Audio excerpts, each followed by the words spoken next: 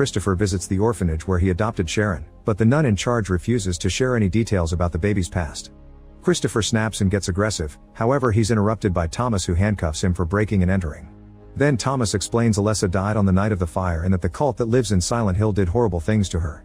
He shows the burn scars on his hands as he explains some kinds of justice are up to God before sending Christopher home, telling him to drop his search or he'll end up in jail. When the darkness hours are over in Silent Hill, Christabella finally talks to Rose and Sybil. She tells them that a demon controls the town and that Rose must face it if she wants to find Sharon, but nobody who tried has ever come back.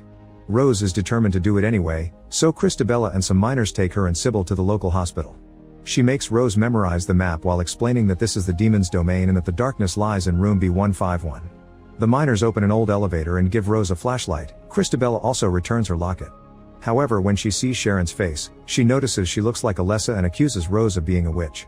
She orders the men to stop her, so Sybil fights them while pushing Rose into the elevator. One of the guys reaches inside and grabs Rose by the hair, but Sybil brings him down and closes the door. Unfortunately, when she fires her gun there are no bullets, so the miners surround her and brutally beat her up. At the same time, the elevator goes down and Rose reaches the basement, where she recites the directions she memorized to navigate the corridors. Suddenly she finds a bunch of dark nurses who start to slowly move toward her, but they freeze when Rose turns off the flashlight. She starts sneaking past them, which only goes well for a few seconds. The nurses wake up and try to kill Rose, who dodges their attacks and causes them to hurt each other instead. Rose crawls to go through the group unnoticed and leaves the flashlight behind to keep them distracted, then she can run again. When Rose crosses the door of room B151, she hears Alessa's voice saying she'll be rewarded with the truth and a flashback begins.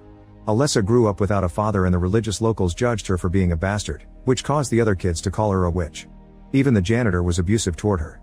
Christabella convinced Dahlia that Alessa could be purified and her cult gathered at room 111 for the ritual. Dahlia